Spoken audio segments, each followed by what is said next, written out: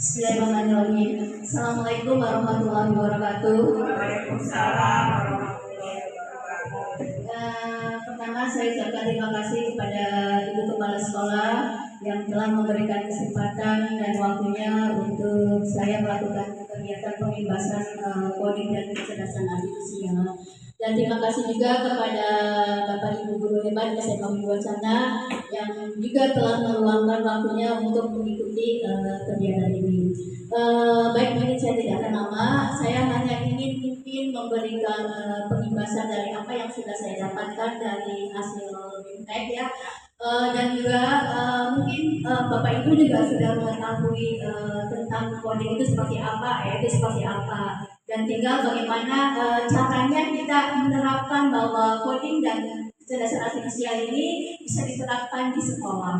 Karena memang di dalam pembelajaran ini coding itu harus ya, memang diharuskan walaupun dalam kurikulum ini masih di dalam co-kurikuler, artinya peminatan saja, jadi tidak wajib. Tetapi kalau misalnya sekolah yang mendapatkan tugas untuk mengikuti pelatihan ini memang diwajibkan harus ada coding untuk siswa-siswanya, terutama untuk siswa. Baik, di sini kita akan pembebasan coding dan kecerdasan artifisialnya fase E. Yang fase E itu berarti kan di SMA ya, E atau E. Nah, di sini saya akan memulai apa sih tujuan pembelajaran coding dan kecerdasan artifisial itu di sekolah.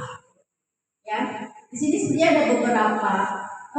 Kenapa itu coding perlu diterapkan di sekolah? Karena memang pada sekarang itu di zaman digital ya, kemudian sudah banyak peradaban zaman ya di dalam digital itu mengenai tentang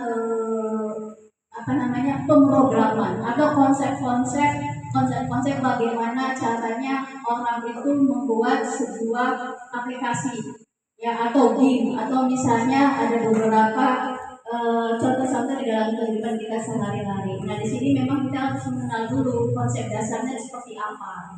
Nanti kan ini konsep dasarnya sebetulnya apa sih? Sebetulnya kalau coding itu sebuah perintah. Ya, perintahnya apa? Perintah di dalam komputer. Nanti seperti apa nanti mungkin akan dijelaskan lebih lanjut. Kemudian ini harus memahami pengertiannya. Bahwa pengertian kecerdasan artifisial itu kan kita sudah tahu bahwa itu adalah kecerdasan buatan. Jadi ya memang sepintar-pintarnya AI sebetulnya mungkin pintar manusia ya, karena tetap yang membuatnya manusia. Tapi di sini kita juga harus memahami ya bagaimana itu pengertian AI-nya itu seperti apa gitu ya. Nah, kemudian di dalam tujuan pembelajaran ini kita mengaitkan AI dalam kehidupan sehari-hari. Ada enggak sih sebetulnya misalnya manfaatnya bahwa AI dalam kehidupan sehari-hari yang nanti kita terapkan di dalam pembelajaran itu bermanfaat bagi kita semua. Ya, karena nanti pada dasarnya ketika kita bisa menerapkan AI dalam kehidupan sehari-hari, ini dapat nanti dikembangkan. Dikembangkannya dengan apa? Berpikir komputasional. Kan kalau misalnya di pembelajaran informatika itu ada pembelajaran berpikir komputasional. Berpikir komputasional itu seperti apa? Bagaimana caranya anak berpikir secara logis, secara sistematis. Ya, jadi seperti itu. Tujuan pembelajaran yang nanti akan diadakan ketika ada AI. Nah, di sini apa itu coding? Ya, coding di sini adalah sebuah proses menulis instruksi dalam bahasa pemrograman agar komputer dapat menjalankan perintah. Ya, nah di sini menurut saya kita itu sebetulnya sudah familiar dengan apa yang sering kita perintahkan. Kalau misalnya secara algoritma kita tuh kan sering sebuah perintah, tetapi di dalam coding itu hanya itu harus dengan bahasa mesin ya. Itu titik pemrogramannya bahasa mesin. Nah, ini contoh-contohnya bahasa pemrograman itu ada Python, ada JavaScript dan lain sebagainya. Ini ada banyak sih ya, ini salah satunya saja. Ya. Jadi pada intinya kalau misalnya kalian ibu-ibu atau ibu-ibu bapak-bapak kalau misalnya menanyakan coding itu seperti apa, ya sepertinya sebuah perintah. yang pendidikan di dalam komputer dengan bahasa pemrograman. Ya. Kemudian di sini, nah manfaatnya. Jadi manfaat pembelajaran coding atau misalnya manfaat dari coding itu apa sih? Nah, di sini melatih logika dan problem solving. Melatih logika tuh, jadi kita memang melatih cara berpikir kita. Itu kan tidak hanya pada siswa ya, tapi semua warga, ya semua warga di dunia, bahwa kita itu harus memang benar-benar melatih logika kita, cara berpikir kita, ketika bagaimana kita memecahkan sebuah masalah. Ya, ini contoh dulu yang misalnya gampang. Kita itu misalnya apa ya? Kita memakai sepatu. Ini algoritmanya ya, bisa kita memakai sepatu. Apa dulu sih yang dipersiapkan? Berarti ada sepatunya ada talinya, misalnya ada talinya. Kemudian ketika talinya bagaimana dipakainya, seperti apa digunakan untuk apa saja.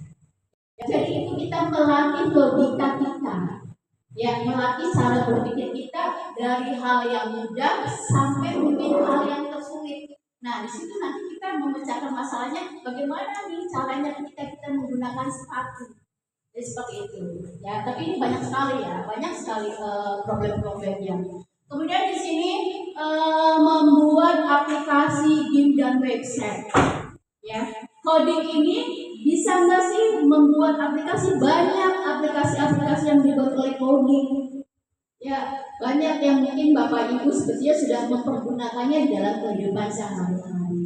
Game ya udah jelas lah, anak-anak kita mungkin kita juga sering menggunakan aplikasi atau menggunakan game. Kemudian website ya pastinya ya, kita ketika mencari sesuatu artikel atau dan lain sebagainya itu kita menggunakan website. Kemudian manfaatnya apalagi? Mempersiapkan diri untuk pekerjaan masa depan, ya bagi kita sebagai guru pastinya kalau misalnya di dalam coding, betul nggak sih bisa bisa dipakai manfaatnya untuk pembelajaran. Kan jangan sampai begini Bapak Ibu, pembelajaran coding itu kan misalnya saya guru informatika, jelas mungkin informatika berhubungannya dengan digital. Tapi bagaimana nih dengan misalnya dengan mata pelajaran lain yang sepertinya tidak menggunakan digital, tapi sebetulnya banyak Bapak Ibu yang ketika pembelajaran di sekolah itu yang sepertinya tidak menggunakan digital, tapi sekarang kita tuh harus melek digital, ya harus melek digital. Nanti misalnya seperti apa dan bagaimana, mungkin nanti akan disesuaikan juga dengan Bapak Ibu dengan mata pelajaran. Ya, jadi itu manfaatnya seperti itu. Kemudian di sini, nah di sini AI-nya, ya contoh-contoh AI-nya. Karena contoh-contoh AI itu sebetulnya kita sudah tanpa kita sadari kita mempergunakannya. Ya, misalnya ini contohnya misalnya asisten virtual. Nah di sini kita menggunakan misalnya ada Google Assistant. Contohnya seperti apa? Misalnya ibu-ibu di sini contohnya misalnya gini, ibu-ibu pernah misalnya WA atau chat kemudian dijawab oleh mesin, yang dijawab dengan suara yang sebetulnya bukan langsung, bisa jadi itu, ya. Kemudian ada juga di sini misalnya mobil tanpa mengemudi. Sebetulnya kalau mobil tanpa mengemudi, kalau misalnya saya berpikir sama aja seperti remote ya, atau misalnya kayak drone, ya kan seperti itulah contoh-contohnya. Ya seperti itu ya. Kemudian ada juga misalnya contoh laginya merekomendasikan film atau misalnya musik. Kira-kira apa ya? Nah, Spotify, yang sering misalnya mendengarkan lagu-lagu itu dengan mudah ya. Kita mencari lagunya, mencari penyanyinya siapa, itu kan dengan kita memilih dengan enaknya, tapi kita enaknya carinya yang gratis. Ya, Ya, jadi sebetulnya ini banyak sekali ya, banyak sekali lah AI yang diterapkan di dalam kehidupan sehari-hari. Kemudian juga misalnya di dalam foto atau video, sekarang banyak nih wajah-wajah baru gitu ya, wajah-wajah kita jadi cantik, jadi ganteng, wajah jadi kartun ya, diterapkan, diterapkan, iya, ya, jadi seperti itu. Kemudian ya nanti ini di dalam kehidupan sehari-harinya ada ya, ke dalam kehidupan sehari-hari pasti kita mempergunakannya. Ya. Ini kesimpulan saja langsung ya. Kesimpulannya bahwa coding itu adalah keterampilan penting untuk di masa depan. Kemudian juga AI adalah sudah akan menjadi bagian daripada kehidupan kita sehari-hari. Dan bagi siswa-siswa kita itu kita perlu memberikan pemahaman dasar coding seperti apa, seperti apa untuk mempersiapkan era digital di masa yang akan datang. Karena siswa-siswa kita itu adalah generasi penerus yang jangan sampai ketinggalan zaman, jangan gaptek ya, karena semuanya mempergunakan coding, mempergunakan AI, apakah itu buat pelamar pekerjaan dan lain sebagainya, pasti itu dipergunakan. Ya, mungkin itu saja pembahasan dari saya tentang coding dan kecerdasan artifisial. Mungkin Bapak Ibu juga sudah memahami atau mungkin dari yang berhubungan dengan mata pelajarannya juga mungkin ada yang sudah paham ya. Tapi di sini barangkali ada pertanyaan atau barangkali ada hal-hal yang mungkin kita sharing saja ya, barangkali ada hal-hal yang perlu dipertanyakan, maka silakan, barangkali tidak hanya saya yang menjawab, barangkali teman-teman yang lain juga bisa menjawab. Silakan Bapak Ibu, barangkali ada pertanyaan dari apa yang tadi saya paparkan sedikit. Boleh. Baik, saya dulu ya. Harus pakai mic ya. Di depan sini. Assalamualaikum warahmatullahi wabarakatuh. Waalaikumsalam warahmatullahi wabarakatuh. Terima kasih kesempatannya Bu Erin. Kebetulan karena saya guru matematika, saya ingin menanyakan bagaimana kaitannya coding dalam pembelajaran matematika. Atau bagaimana sih menggunakan codingnya ya kan dalam belajar matematika. Saya sebagai guru matematika. Seperti itu. Terima kasih, mohon solusinya.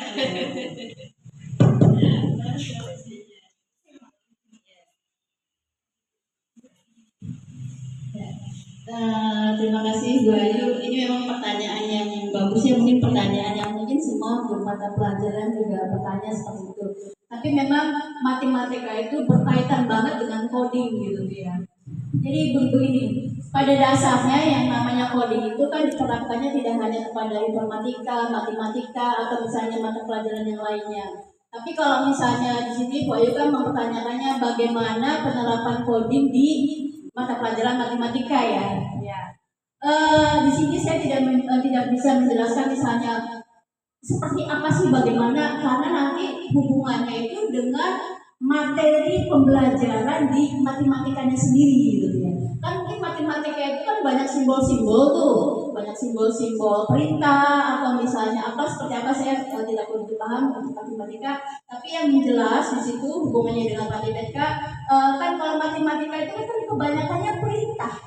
Ya kan, kerjakan, ya misalnya itu selesaikan. Nah, perintah-perintah itulah yang akan bisa diterapkan dengan coding gitu, dengan perintah-perintahnya. Karena coding sendiri itu adalah sebuah perintah, tapi kan perintahnya menggunakan komputer. Nah, AI ini berperan banget untuk menyelesaikan masalah.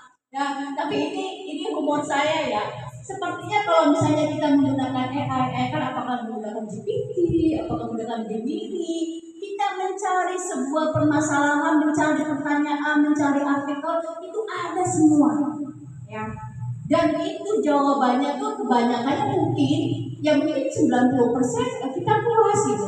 Tapi akan lebih puas lagi andai instruksinya atau atau promnya atau sintaknya itu jelas. Jelas apa? Memang ada datanya dengan jelas ya, dari variabelnya, dari data penyimpanannya, semuanya itu jelas. Pertanyaannya pasti menjawabnya itu pasti sesuai dengan apa yang kita harapkan. Jadi kalau misalnya untuk matematika mungkin akan disesuaikan dengan Bayu, dengan materinya Bayu. Misalnya Bayu kan ada aljabar tuh, ada aljabar, mungkin ada algoritma, materinya seperti apa, perintahnya bagaimana, itu bisa menggunakan perintah-perintah di coding. Ya, nanti kalau lebih luasnya ya mungkin gurunya sendiri masing-masing seperti itu. Gimana Bu Ayu? Cukup kita sharing aja ya, Itu Bayu. Terima kasih. Barangkali ada satu pertanyaan lagi. Oh ya boleh. Nyampe nggak?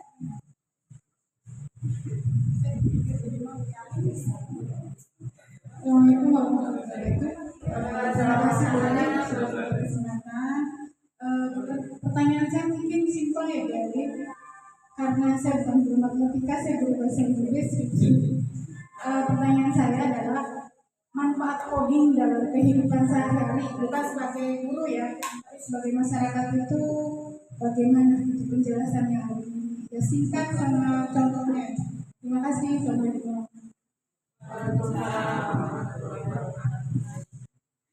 Ya, ini coding di dalam kehidupan kita sehari-hari. Sebetulnya tanpa kita sadari kita tuh sudah menggunakan coding. Ya, kita sudah menggunakan ya. Kita sudah menggunakan dari misalnya begini. Contoh-contoh yang sudah diterapkan coding dalam kehidupan kita sehari-hari itu misalnya di dalam transportasi. Kita sudah menggunakan aplikasinya. Ya, aplikasi Gojek, Grab, Maxim dan lain sebagainya. Itu kan sebuah aplikasi itu dihasilkan oleh coding. Ya, nah kemudian mungkin kalau misalnya kita ke supermarket, ya ke supermarket kan kita kalau misalnya belanja, itu kalau misalnya belanja kan itu sudah ada struktur belanja dengan harga sekian. Itu sebetulnya kan pemrograman, itu juga sebetulnya hasil coding. Ya, tanpa kita sadar berarti dulu juga sebenarnya ada gitu. Nah, kemudian apalagi ya yang misalnya sekarang ya, maksudnya yang sekarang kita gunakan itu misalnya kita belanja online. Ya, belanja online itu kan kita sudah ada algoritmanya. Algoritma itu tahapan-tahapan di mana kita ingin ingin melakukan pembelanjaan. Ya, misalkan kita misalnya mau belanja apa nih kan kita cari dulu tuh mungkin belanjanya apa, ini di mana. Itu ada tahapan-tahapannya, algoritmanya.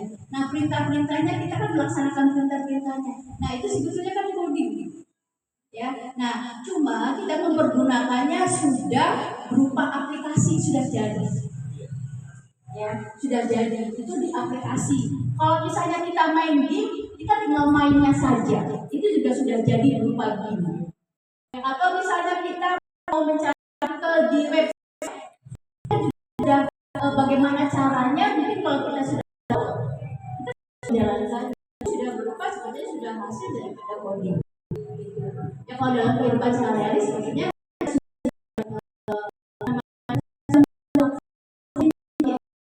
menggunakan bahkan sering belanja online nih, sering belanja online. Ya itu mungkin udah hafal nih, ya udah hafal cara-caranya bagaimana gitu ya. Terus itu juga bisa ya. Ya jadi sebetulnya coding itu kita sudah merasakan, kita sudah mempergunakannya dan manfaatnya banyak. Karena apa? Buktinya kita berulang-ulang. Ya, kita berulang-ulang memerintahkannya, kita berulang-ulang melakukannya. Karena apa? Karena manfaatnya banyak. Ya, misalnya kayak transportasi, kita mau pergi kemana saja, sepertinya udah di depan rumah, dijemput, sampai di tujuan. Itu gampang. Cari makanan kita nggak usah nyari kemana-mana, ya tinggal cari menunya gitu ya, cari menunya seperti apa dan mau yang bagaimana, harganya bagaimana, dan biasanya kita carinya yang diskon dan apa itu juga ada. Kalau misalnya mahal nggak jadi juga nggak masalah dari mana. Ya, jadi itu manfaatnya banyak sekali di dalam kehidupan sehari-hari. Mungkin pertanyaannya cukup ya. Ini bisa mewakili yang lainnya. Terima kasih mungkin sambil penutupannya kemudian ya. Terima kasih kepada teman-teman semuanya, guru-guru hebat SMA Wiwacana yang sudah mengikuti acara ini sebagai pelibasan di TKA saya dalam tugas pelibasannya. Mungkin kalau misalnya ada pertanyaan-pertanyaan yang lain mungkin bisa di waktu dan kesempatan yang ada. Terima kasih semuanya. Wabillahi taufiq wal hidayah. Assalamualaikum warahmatullahi wabarakatuh.